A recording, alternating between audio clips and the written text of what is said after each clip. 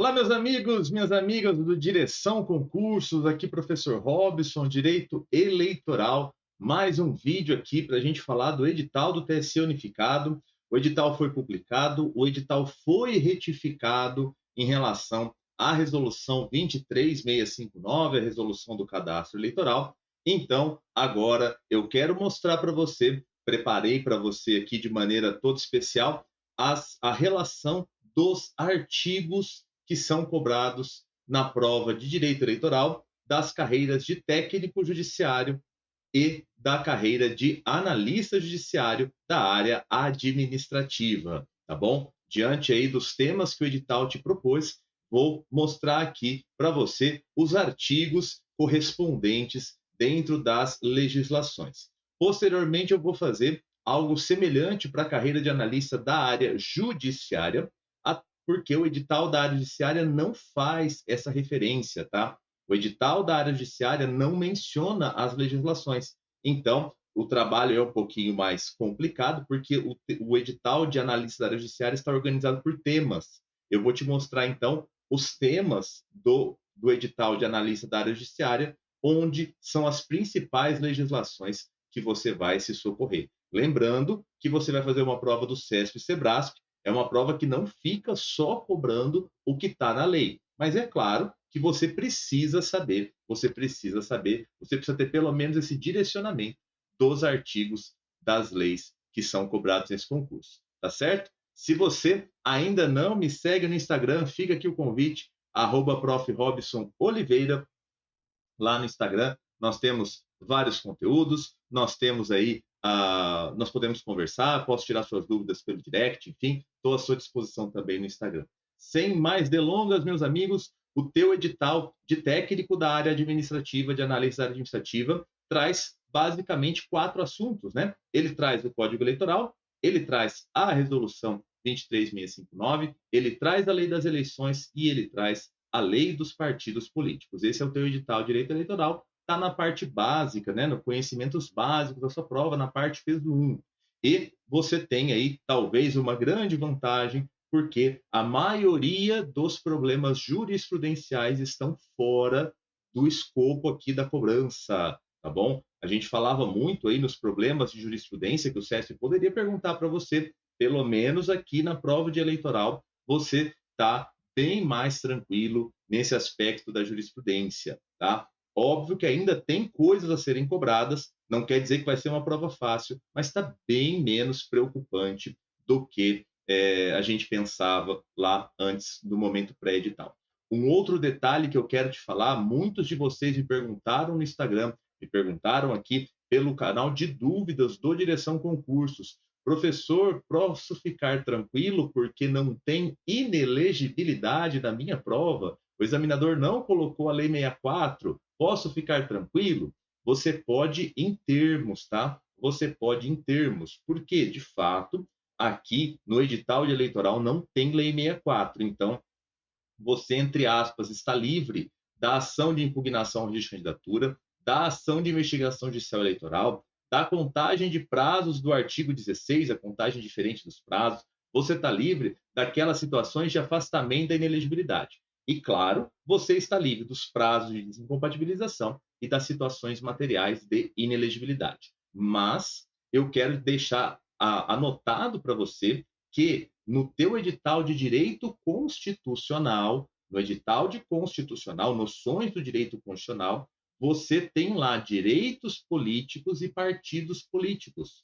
Esse tema está no teu edital de constitucional, ou seja, artigos 14, 15, 16 e 17 da Constituição caem na tua prova. Isso quer dizer o quê, professor? Isso quer dizer regras do alistamento, de aquisição da capacidade eleitoral ativa, regras da capacidade eleitoral passiva, especificamente a possibilidade de reeleição, a desincompatibilização do chefe do Poder Executivo para concorrer a outros cargos, artigo 14, parágrafos 5º e 6º da Constituição, hipóteses de inelegibilidade reflexa do parágrafo 7º, condição especial de elegibilidade dos militares no parágrafo 8º, previsão lá de lei complementar trazendo outros casos de inelegibilidade, que é a Lei 64. Então, você tem que saber que a previsão genérica para isso existe e que tem que ser tratado em lei complementar, não pode ser tratado em lei ordinária, como são as condições de elegibilidade do parágrafo 3º. Acabei não falando dele, mas o parágrafo 3º traz as condições de elegibilidade. Tá? Aí você também tem a ação de impugnação do mandato eletivo no parágrafo 10. Você tem as consultas populares, nos parágrafos 11 e 12. Tá? Isso tudo é tema da tua prova. Também é tema da tua prova de constitucional. Perda e suspensão dos direitos políticos, artigo 15. Princípio da anualidade da lei eleitoral, artigo 16. E, finalmente, partidos políticos, no artigo 17. Então, você precisa saber, além do que você vai saber aqui para 90, 96, para a prova de eleitoral, na prova de constitucional pode ser cobrado de você criação de partido, pode ser cobrado de você fidelidade partidária, pode ser cobrado de você fundo de campanha, né? Cumprimento de cláusula de desempenho para ter acesso ao tempo de rádio e TV, ao tempo de campanha, pode ser cobrado de você a questão das coligações, pode ser cobrado tudo que está no artigo 17 da nossa Constituição. Não está em eleitoral, mas está em constitucional. Não deixa de ser uma vantagem porque não cai tudo, né? Não cai os prazos de 8 anos, não cai quando começa e quando termina a inelegibilidade, mas pelo menos uma parte desse conteúdo está lá na prova de constitucional. Bacana? Quero te mostrar então, começando pelo Código Eleitoral. O edital menciona os seguintes itens para você. Tá? Lei 4737 de 65 e as suas alterações. Introdução, artigos 1º ao 11 do Código, órgãos da Justiça Eleitoral, artigos 12 ao 15, TSE, artigos 14 ao 16, aos 24, perdão, artigo 16 ao 24. Lembrando que aqui você tem que estudar principalmente competência, tá bom? Competência é o ponto mais importante aqui. Tribunais Regionais Eleitorais, artigos 25 ao 31, mesmo alerta sobre a competência, tá? Precisa estudar a competência do TRE, também precisa estudar a competência dos juízes e das juntas, que está no os artigos 32 ao 41 do Código, tá? E aí ele pede 2 assuntos sobre alistamento. Ele pede qualificação e inscrição, que estão nos artigos 42 ao 51. Ele pede cancelamento e exclusão, que estão nos artigos 71 ao 81. Basicamente, esses são os artigos de Código Eleitoral que vão cair na tua prova, né, que fundamentam aí os temas que o examinador escolheu para a tua prova. Cuidado com a questão de Código Eleitoral, porque se o examinador te pergunta alguma coisa nos termos do código, pouco importa se foi recepcionado ou não foi recepcionado pela Constituição, se está ou não está de acordo com o que você vai aplicar no dia a dia do cartório, principalmente aqui, por exemplo, em relação ao alistamento eleitoral, na resolução 23659, pouco importa se ele te perguntou nos termos do código, é com o código que você vai responder. A não ser que ele, e não vai, obviamente ele não deve fazer isso, ele te pergunte alguma coisa que está formalmente revogada, tá? Por quê? Tudo que está no código, já te expliquei isso, a gente desenvolve isso muito mais nas nossas aulas. Então, mais uma vez, fica o convite, se você ainda não é aluno de direção, né, fica o convite aí para as nossas assinaturas, onde a gente explica isso de maneira mais detalhada. Tudo que está no código formalmente está em vigor. Formalmente está em vigor. Mas, como o código é de 65, tudo aquilo que conflita com a Constituição e conflita com o ordenamento jurídico posterior não foi recepcionado ou não é mais aplicado, né? Tem aquele fenômeno da derrogação por lei ou por, no caso, por resolução do TSE que tem força de lei posterior, mas formalmente está em ordem. Por isso o CESP pode perguntar, e ele pergunta, tá? O teu examinador pergunta, você tem que saber isso aqui. Você tem que saber o que está no código, você tem que saber o que é a verdade, entre aspas, né? O que se aplica na verdade, porque se ele não fala nada no enunciado da questão, você responde com ordenamento jurídico atual. Se ele te pede nos termos do código, não tem jeito. Você tem que responder conforme o código. Tá bom? Esse é o teu edital, então, falando em código eleitoral. O segundo tema é a lei das eleições. A lei das eleições, que é a lei 9504 de 97 e suas alterações, bem pouca coisa da lei das eleições, tá? Ele te pede disposições gerais, artigos 1º ao 5º. Ele te pede coligações, artigo 6º. Eu coloquei aqui o 6º A. Eu fiz questão de deixar o 6º A marcado para você, que é o artigo das federações. eu penso que é importante, é um artigo só, não custa nada você estudar porque faz parte do contexto, tá? Convenções para a escolha dos candidatos, regras do artigo 7º ao artigo 9º, registro de candidatura, artigos 10 ao 16b, artigo 10 ao 16b, e dá um salto lá para o sistema eletrônico de votação e totalização, artigos 59 ao 62. Tua prova de lei das eleições não tem financiamento, não tem prestação de contas, não tem arrecadação de recursos, não tem propaganda, não tem condutas vedadas, não tem ações e representações eleitorais, não tem o crime de captação ilícita de sufrágio, não tem praticamente nada. Não tem praticamente nada. Então, assim, o que tem aqui, óbvio, você precisa estudar com afim, com muita eficiência, para você acertar. Já que são poucos assuntos, são os assuntos teoricamente menos complicados, não vejo razão nenhuma para você não gabaritar a tua prova básica de lei das eleições e também os demais assuntos aqui da parte de direito eleitoral, tá bom? O que mais? Nós falamos agora em partidos, lei dos partidos é a lei 90, 96 e 95 e suas alterações, mais curto ainda, só tem 2 assuntos que caem.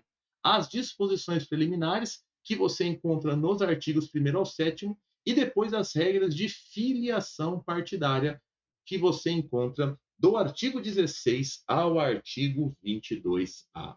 Só isso, professor? Só isso de lei dos partidos. Claro que você tem que estudar a parte de partidos na Constituição, artigo 17, porque cai na tua prova de constitucional. Mas aqui é só isso. Não tem fundo partidário, não tem prestação de contas anuais, não tem nada dessas coisas, não tem propaganda partidária, não tem nada dessa dor de cabeça, né? Você tem aí uma tranquilidade muito grande, ao meu modo de ver, para fazer essa prova de lei 90/96, com a ressalva, mais uma vez, do artigo 17 da Constituição, que vai ser cobrado lá na tua prova de constitucional. Agora, meus queridos, nós vamos falar da resolução. O último tema da sua prova básica é a nossa gloriosa Resolução 23659 de 2021. Por quê? Porque o edital trouxe para você originalmente a 21538, que era uma resolução revogada, e eu já tinha te falado isso lá na nossa primeira live de análise. Gente, isso aqui tem que ter retificação, porque eles não podem cobrar uma resolução revogada, tá? E aí, o que o CESP fez, e ao meu modo de ver, ficou bem complicado, né? A gente diz, naquele jargão popular, né, que a emenda ficou pior que o soneto. Por que que a emenda ficou pior que o soneto aqui? Olha só a estrutura do teu edital original. O que que o teu examinador fez? Ele disse lá, resolução 21.538, 2 pontos, e trouxe os assuntos do jeito que está aqui. Veja só, a resolução 23659, a resolução nova, ela trata de outros assuntos, de mais assuntos do que trata a 21.538. Se você tiver um tempinho aí, eu sei que agora o foco total é na preparação, mas se você tiver curiosidade, com 20 minutos você faz essa análise. Procura aí no teu buscador de interesse, né, de preferência, procura lá no site do TSE, você vai encontrar a revogada 21.538. A revogada ela é bem mais enxuta do que a nova. Então, a gente até comentava, né, antes do edital, olha, gente, nós temos que ver por quê. Que é certeza que a 23.659 vem para o edital? É certeza, porque é a resolução que trata do cadastro eleitoral, das operações de cadastro, daquele trabalho do dia a dia do cartório, né? A resolução 23.659 anda com a gente o tempo todo e vai andar com você a hora que você estiver trabalhando no cartório eleitoral, tá bom? Por quê? Porque ela traz o regramento básico do que a gente faz todo dia quando a gente atende os eleitores. Bacana? Bacana. E eu te falava, olha, nós vamos ter que ver a abrangência da cobrança. Por quê? Porque tem coisas novas aqui, tem assuntos novos em relação à resolução antiga. Pode ser que cobre, pode ser que não. Essa era a nossa conversa antes do edital. Aí vem o edital, com a resolução 21.538, revogada, e com os temas, né, a descrição dos temas fundamentada na 21.538, fundamentado no que está lá. Tanto é que, eu vou mostrar para você, uma das coisas que te pediam era o formulário de atualização da situação do eleitor, o formulário fase, que a gente já não usa mais na Justiça Eleitoral, Eu entrei em tribunal em 2013, eu já não usei mais o formulário FASE. Salvo engano, formulário FASE não se usa desde 2006. Formulário do jeito que a resolução previa, porque o código já passou a ser lançado de forma automática no sistema, lançado diretamente no sistema, tá? Não precisava mais preencher o formulário. Então, mas a resolução previa. Veja só, você tem até a cobrança disso no edital. Então, o que foi a minha interpretação quando o edital saiu? Eles colocaram os temas da 21.538 baseado no que existia lá. Quando a retificação saísse, eu falei isso para vocês, quando a retificação sair, nós vamos ter que ver o que vai acontecer, porque a gente tem os outros assuntos, se vai incluir ou não.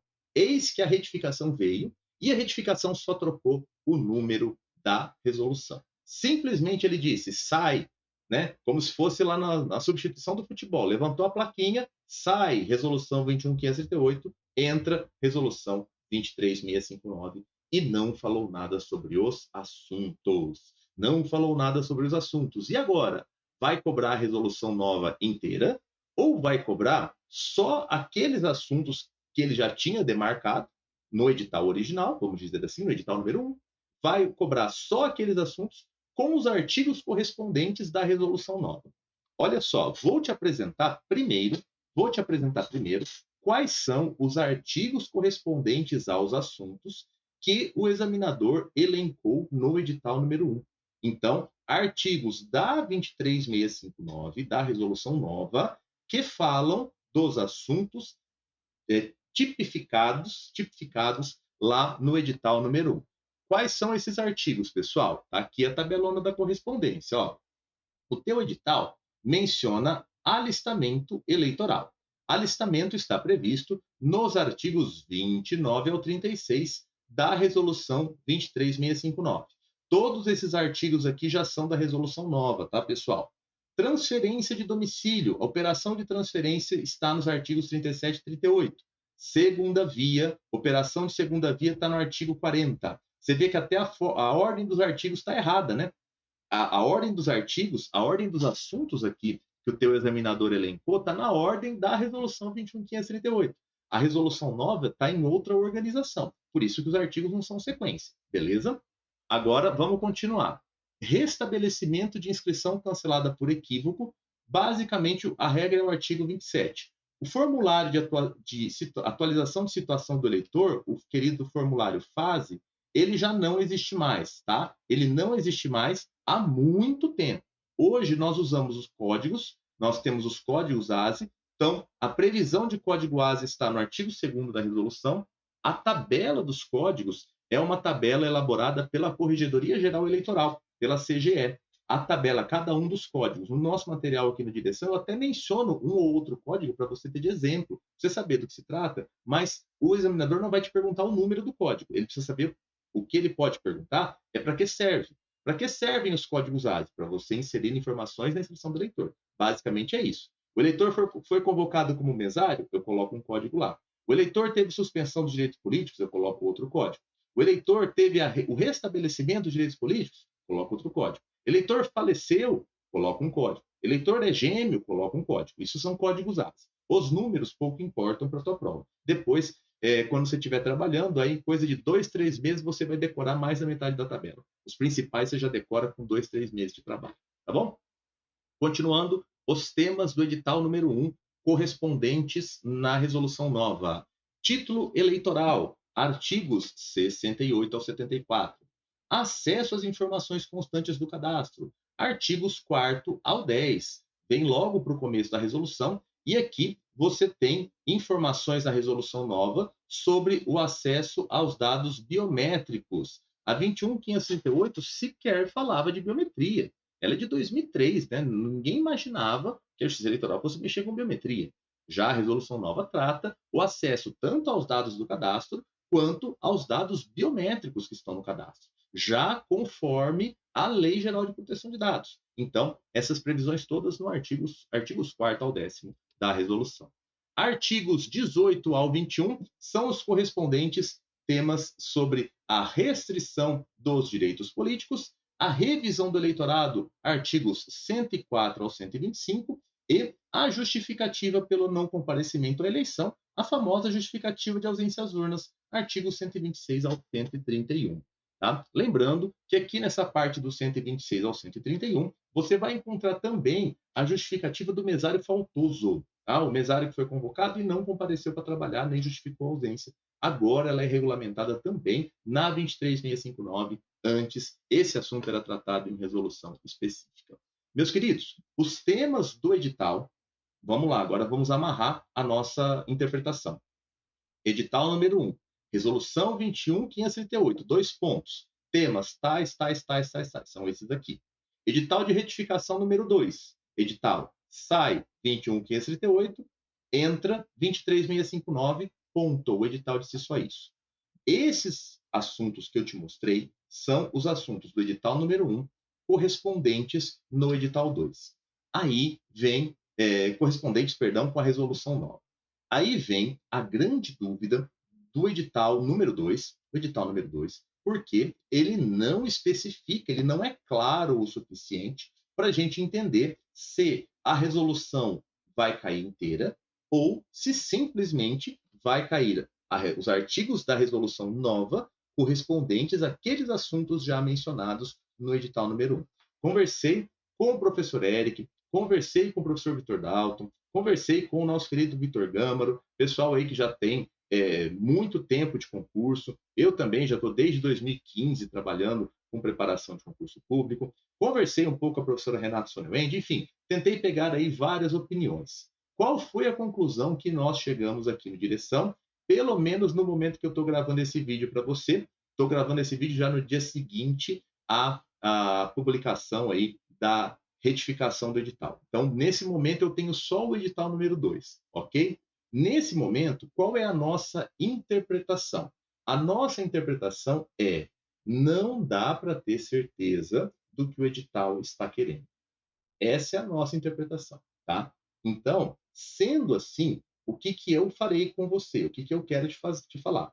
Eu vou sugerir para você, o Direção está sugerindo que você estude outros assuntos da resolução que eu vou te mostrar agora, tá? Por quê, professor? Por quê? Porque é o seguinte, se não vier nenhuma outra mudança, caso venha, eu gravo de novo o vídeo, não tem problema. Estou falando com as condições postas hoje, com as cartas que estão na mesa hoje. Caso não venha nenhuma outra alteração, eu tenho para mim que eu preciso pecar pelo excesso do que pecar pela falta. Vai que acontece, por exemplo, do examinador te fazer uma pergunta sobre certidões, que é um tema que está no artigo 3º da resolução. Imagina que cai certidões lá na tua prova, cai um item sobre certidões. Aí você vai fazer o quê? Você vai recorrer. Porque, afinal de contas, certidões não é um tema mencionado no edital número 1, nos tópicos do edital número 1. O que o CESP vai te responder? Teve um edital de retificação, caro candidato, você não viu? Agora cai a resolução 23659. E o artigo 3º da 23659 trata do tema certidões. Portanto, o tema certidões faz parte do seu edital, recurso indeferido. Pode acontecer isso? Pode. Vai acontecer? Não sei. Vai acontecer, professor? Não sei. O meu medo é, eu falo para você estudar só os tópicos do edital 1, com a correspondência dos artigos que eu já te apresentei, e aí depois acontece isso e você vai fazer o quê? Você vai brigar comigo? E eu não tenho como, eu não sou o CESP. O Direção não é o CESP. Nós não temos como te garantir o que o CESP vai fazer, pelo menos com as condições que nós temos agora. Então, eu vou te sugerir, e o material de direção já estava feito desta forma, tá? Já estava contemplando todos esses temas. Então, nas plataformas do Direção, você encontrará os assuntos completos da resolução 23659. Nós vamos manter, tá? Se você for pensar em termos de quantidade de conteúdo, é praticamente metade do conteúdo está nesses tópicos que o edital já mencionou, metade da resolução. A outra metade eu vou te mostrar agora. Ah, professor, corre o risco de eu estudar isso à toa? Corre o risco de você estudar isso à toa. Se você falar para mim que você não vai estudar e você vai só com os temas que estão no edital, eu respeito a tua posição.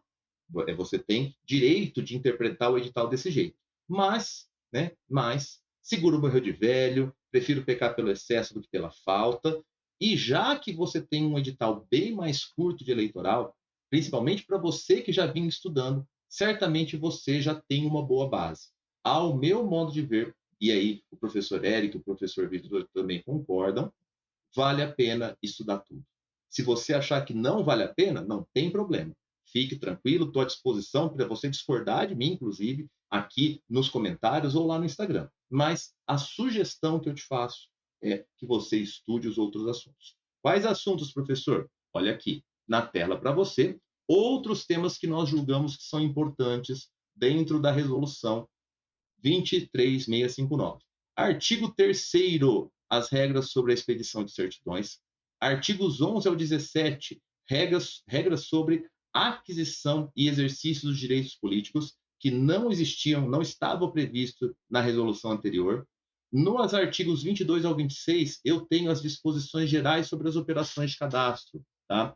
Na resolução anterior, eu tinha as 4 operações de cadastro já direto. Aqui tem uma parte, tem 4 artigos antes que falam de domicílio, falam de endereço, falam de operações que já foram feitas, se você pode fazer de novo ou não, fala de como está a inscrição, se você pode ou não pode submeter essa inscrição a uma nova operação. Enfim, são assuntos pertinentes ao tema operações de cadastro. É uma introdução, disposições gerais, sobre as 4 operações de cadastro. São pressupostos, né, para que você mexa na inscrição. Me parece bastante válido isso ser cobrado na prova, né? Deveria, no meu modo de ver, estar no edital. Você vai precisar saber isso para trabalhar, mas se o edital vai te perguntar operações, por que não perguntar as disposições gerais, tá bom? O que mais? A operação de revisão, nós temos 4 operações no cadastro, né? Alistamento, transferência, revisão e segunda via. Não sei por quê, e já era assim na resolução 21.538, não sei por que o primeiro edital não pediu operação de revisão. Me parece mais um esquecimento. Então, lá no edital original, você tem 3 operações. Nós fazemos 4 operações, essa aqui é a 4ª. Nos artigos 41 ao 62, eu tenho todo o rito para você processar as operações no cadastro com destaque para o requerimento de alistamento eleitoral, o RAI, que é o que você preenche para colocar as informações do eleitor, né? Ou o próprio eleitor preenche se o atendimento for eletrônico, for atendimento remoto. E aqui, nesses artigos, você tem o que vai no RAI, quais perguntas são feitas, o que é autodeclaratório, o que é comprovado com documento, o que o juiz faz quando o juiz eleitoral analisa o RAI, como ele defere, como ele indefere, se tem recurso, se não tem. Isso está nos artigos 41 ao 62, ok? O que mais? A parte de fiscalização pelos partidos políticos, artigos 75 e 76, fiscalização sobre o cadastro eleitoral, a parte do batimento das informações e resolução das inconformidades no cadastro, artigos 77 ao 92, onde o próprio sistema faz o cruzamento das informações para manter a rigidez do cadastro, para ter certeza que cada pessoa só tem uma inscrição eleitoral no país. E se acontecer de eu ter uma duplicidade, de eu ter uma multiplicidade, uma pluralidade de inscrições, o que eu faço para resolver? Isso está nos artigos 77 ao 92.